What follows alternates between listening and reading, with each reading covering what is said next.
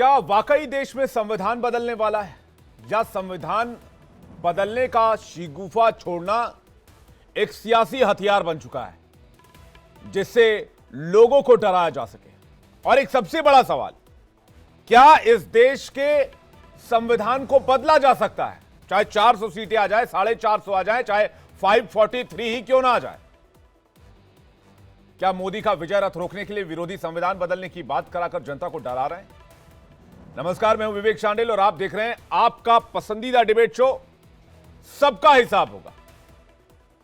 BJP के कुछ नेताओं के बयान पर सियासी घमासान तेज हो गया है। पहले तो बीजेपी सांसद लल्लू सिंह ने कहा कि संविधान बदलने के लिए 2/3 बहुमत चाहिए। सरकार तो 272 में भी बन जाती है, लेकिन कई काम करने के लिए 2/3 बहुमत मोदी जी को चाहिए। फिर अरुण गोविल ने भी ऐसा ही मिलता जुलता बयान दे दिया। लालू यादव ने तो साफ साफ कह दिया कि ये किसी एरू गैरू बाबा का बनाया गया संविधान नहीं है, ये बाबा साहब अंबेडकर का बनाया गया संविधान है। अगर किसी ने इसे बदलने की कोशिश की तो जनता उसकी आंखें निकालेगी। सियासी उठापटक के बीच, वार पलटवार के बीच, क्रिया प्रतिक्रिया के बीच आज पीएम मोदी ने इन सभी सवालों का जवाब दिया और कहा कि संविधान सभा में 80 से 90% सदस्य सनातनी थे, इसलिए इस संविधान को बदलने का तो सवाल ही नहीं उठता।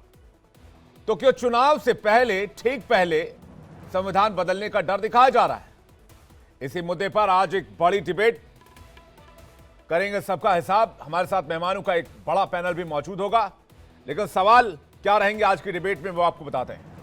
क्या संविधान बदलने के लिए मोदी 400 सीटें चाहते हैं? क्या संविधान के नाम पर डराकर मोदी विपक्ष मोदी को रोकना चाहता है? और क्या वाकई देश का संविधान बदला जा सकता है? इसी पर डिबेट, लेकिन पहले एक रिपोर्ट।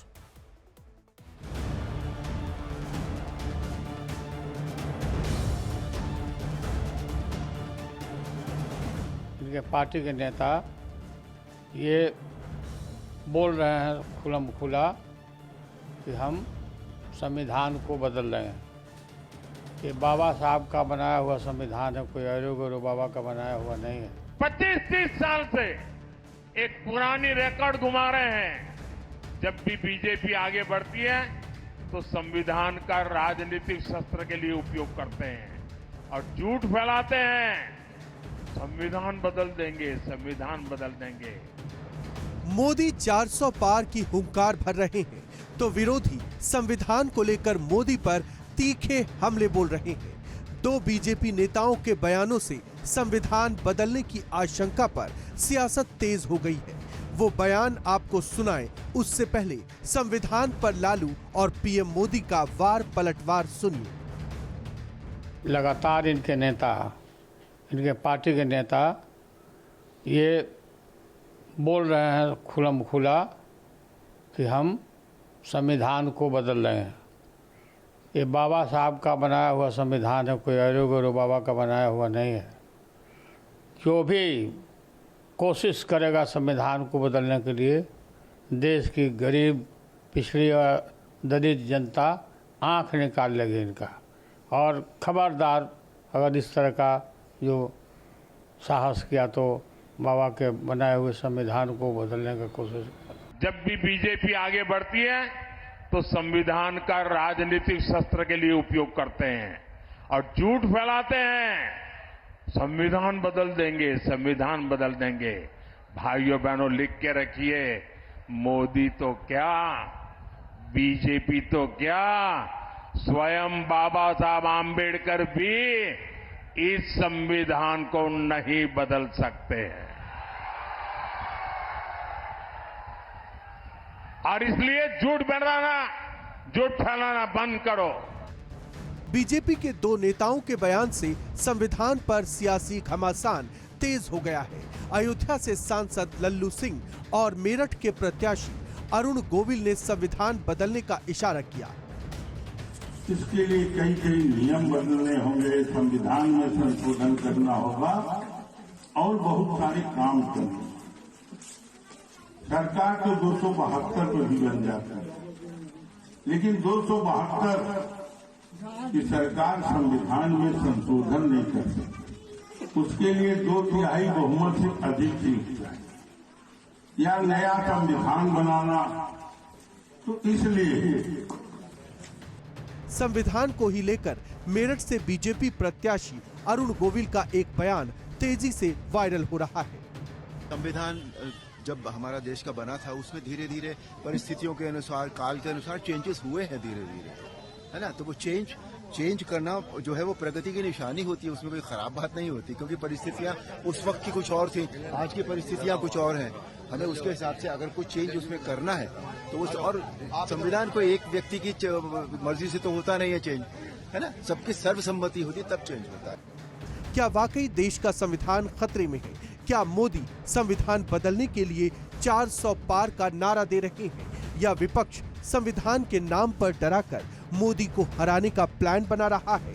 इन सब के बीच बीजेपी नेताओं के उन बयानों का क्या जो संविधान बदलने के इशारे करते हैं?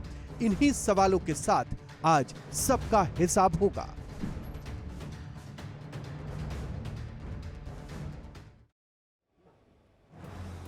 इस पर बात करने के लिए मेहमानों का एक बड़ा पैनल हमारे साथ मौजूद है। शशांक शेखर, प्रवक्ता बीजेपी, हमारे साथ जुड़ रहे हैं। यश श्रीवास्तव, प्रवक्ता कांग्रेस पार्टी, हमारे साथ जुड़ रहे हैं। इसके अलावा फराज किदवई, प्रवक्ता समाजवादी पार्टी, हमारे साथ जुड़ रहे हैं। अरुण यादव, प्रवक्ता आरजेडी, हमारे साथ जुड़ रहे हैं। प्रेम कुमार, वरिष्ठ पत्रकार, हमारे साथ जुड़ रहे हैं। सौरभ दुबे थोड़ी देर में हमारे साथ राजनीतिक विश्लेषक जुड़ेंगे। यश, मैं सबसे पहले आपसे शुरुआत कर रहा हूं। क्या वाकई लगता है यश आपको कि देश में संविधान बदला जा सकता है, या फिर चुनावी एजेंडे के लिए इस तरह के शिगुफे का इस्तेमाल किया जा रहा है, चाहे वो कोई भी राजनेता हो, कोई भी पार्टी अगर इस तरह की बात करती है? विवेक जी, चाहे कोई भी हो, बोलने से पहले हमें यह सोचना चाहिए कि अरुण गोविल जी को मिला के लगभग 4 इंसिडेंट्स हो चुके हैं जब बीजेपी के लोग खुलेआम बोल रहे हैं कि हमें संविधान बदलना है, जबकि संसदीय प्रक्रिया जो है वो किसी भी तरह की सरकार को ये पूरा अधिकार देती है कि सर्वसम्मति से लोगों के हित में कानून बनाए जा सकें, बदले जा सकें या हटाए जा सकें। तो यदि इनकी संविधान बदलने की नीयत नहीं है तो ये बार बार अपने नेताओं को जब ये बोलता देखते हैं तो उन पर कोई कार्यवाही या उनको कोई हिदायत क्यों नहीं दी जाती है? क्यों नहीं पार्टी ऑफिशियली इसका खंडन करती? ये खड़े होके कोई भाषण में कह रहा है कि नहीं बदलेगा और 4 लोग कह रहे हैं कि नहीं, बदल के रहेंगे। तो या तो आप आधिकारिक रूप से इसको साफ साफ बताइए या फिर मत कीजिए, कोई एक तरफ की बात कीजिए।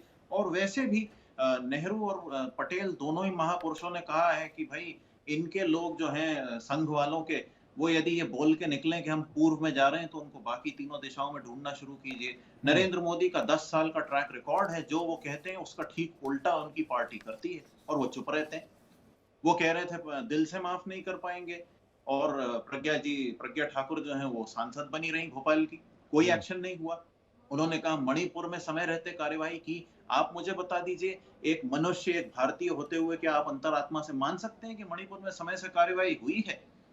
नोटबंदी, देश नहीं बिकने दूंगा, एक से बढ़ के एक एग्जाम्पल है। चीन घुसा चला आ रहा है, वो कह रहे हैं ना कोई आया ना कोई घुसा।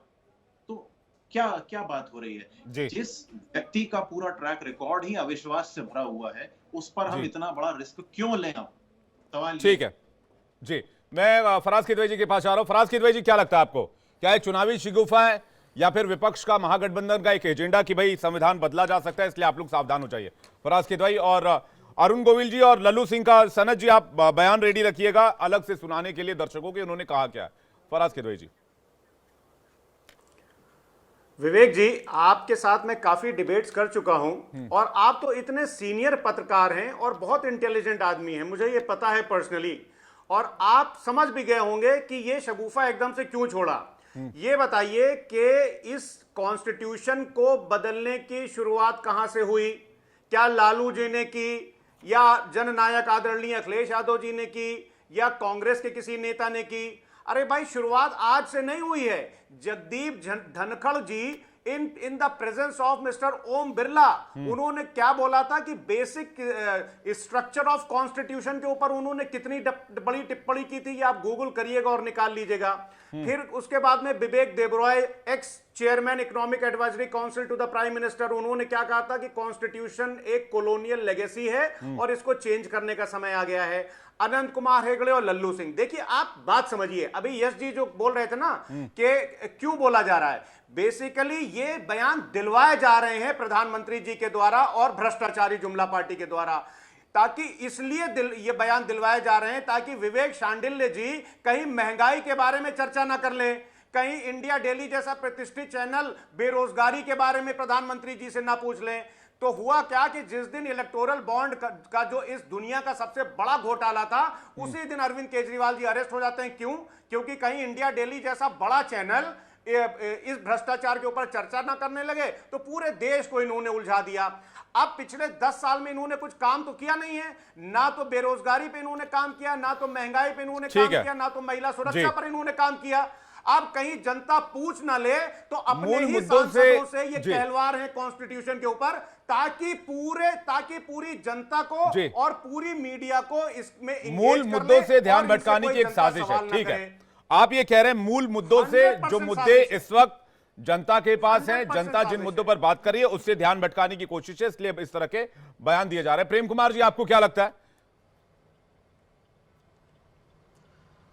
मुझे भी यही लगता है कि जो फोकस होना चाहिए वो संविधान बदलने को लेकर के, तो विपक्ष की चिंता तो जायज समझ में आती है, लेकिन प्रधानमंत्री जी चैलेंज देते हैं कि बाबा साहब अंबेडकर भी आकर से नहीं बदल सकते इस संविधान को, तो ये बड़ा अटपटा लगता है। बाबा साहब अंबेडकर दिवंगत हो चुके, अपनी जिम्मेदारी निर्वाह करके गए, अब वो क्यों आएंगे यहाँ? क्या संदेश देना चाहते हैं प्रधानमंत्री जी? बाबा साहब अंबेडकर के फॉलोअर्स को वो कुछ कहना चाहते हैं क्या? तो ये इंपॉर्टेंट बात है। जो भी बीजेपी के नेता अब तक देखिए, ज्योति मिर्धा, अनंत हेगड़े, लल्लू सिंह, प्रेम कुमार और अरुण गोविल, 5 लोगों के नाम एकदम ताजा तरीन है जिन्होंने बयान दिए हैं, और सबको चाहिए 400 से ज्यादा संख्या, इसलिए कि वो कुछ बड़ा करना चाहते हैं संविधान बदलने के लिए, या कुछ ऐसा जो कि क्या करना चाहते हैं। प्रेम कुमार जी, देखिए मैं खुल के बात करता हूं, मैं चाहता हूं अभी खुल के बात करें। अगर 400 सीटें बीजेपी को आ जाती है तो वो क्या कर लेंगे? जो आरोप, जो एलिगेशन विपक्ष लगा रहा है, क्या कर लेंगे, क्या बदल देंगे? एक संकेत आपको याद होगा, जब इंडिया गठबंधन बना था तो उस समय प्रेसिडेंट ऑफ भारत और तमाम तरह की चीजें प्रयोग होने लगी थी कि इंडिया का उपयोग नहीं करेंगे, भारत का करेंगे, ये होने लगा। अब वो ठंडे बस्ते में चला गया। अब वो संदेश दे रहे हैं, वो कुछ भी कर सकते हैं इस किस्म का, हिंदू राष्ट्र बनाने का भी ऐलान कर सकते हैं, वो कुछ और ऐसी जो संघीय ढांचे को चोट पहुंचे। नहीं, देखिए ये संभव है 400 सीटें लाने के बाद? मैं फिर से वही सवाल पूछ रहा हूं, क्योंकि बाद में मैं इसकी टेक्निकलिटीज पे जाऊंगा। इसमें मैं सुप्रीम कोर्ट के मैंने वो केसेस स्टडीज किए हैं जिसमें सुप्रीम कोर्ट की टिप्पणी भी मैं मेंशन करूंगा। मैं बस ये जानना चाह रहा हूं आप सभी लोगों से कि क्या ये मुमकिन है, अगर 400, 450, मैं कहता हूं 543 सीटें किसी को मिल जाए, क्या संविधान की मूल संरचना बदली जा सकती है इस देश में? क्या ये मुमकिन है? और अगर मुमकिन है तो क्या न्यायपालिका उस पर कुछ नहीं बोलेगी, कार्यपालिका उस पर कुछ नहीं बोलेगी? क्या सब लोग खामोश रहेंगे? क्या ऐसा हो जाएगा? मैं इस पे आना चाह रहा हूं। मैं इसलिए बार बार कह रहा हूं, आप लोगों की राय पहले इसलिए ले रहा हूं, क्या ये सिर्फ चुनावी शिगुफा है, चुनावी एजेंडा है, चाहे वो पक्ष का हो या फिर विपक्ष का हो? प्रेम कुमार जी, देखिए बेसिक स्ट्रक्चर में बदलाव ना हो, ये तो एक सोच है, और बेसिक स्ट्रक्चर नहीं, क्या हो सकता है ना हो? ये सोच करता है, ये सोच नहीं है। क्या ये पॉसिबल है? मैं बोल रहा हूं, नहीं, मैं पूछ रहा हूं क्या ये पॉसिबल है? बेसिक स्ट्रक्चर चेंज किया जा सकता है क्या? लोगों के मूल अधिकार बदले जा सकते हैं? यही बात तो हम कह रहे हैं कि ये तो एक परसेप्शन की बात है ना, सुप्रीम कोर्ट समझता है। जैसे बीजेपी स्वयं कहती है कि समाजवाद और सेकुलरिज्म जो जोड़ा गया है ये संविधान के आत्मा के अनुरूप नहीं है, ये बीजेपी का कहना है। लेकिन मेरी अलग राय हो सकती है, लेकिन वो कह रही है, कल को वो कहेगी कि हिंदू राष्ट्र ही संविधान की आत्मा के अनुरूप है। अब इसके बेसिक स्ट्रक्चर इससे वायलेट होता है कि नहीं होता है, सुप्रीम कोर्ट व्याख्या करती रहेगी, 6 साल तक सुनेगी ही नहीं केस। तो फिर इस तरीके से आज तक चला है ना भाई। बहुत सारे मामले, आप अनुच्छेद 370 2019 में इन्होंने किया और सुप्रीम कोर्ट का फैसला आया, पिछले साल आया। तो ये इस दौरान 370 अमेंडमेंट था। देखिए, दो चीजें हैं प्रेम कुमार जी, मैं अरुण यादव जी के पास जा रहा हूँ, क्या शशांक शेखर जी कलेक्टिवली आपके पास आऊंगा, सौरभ दुबे जी आपके पास आऊंगा।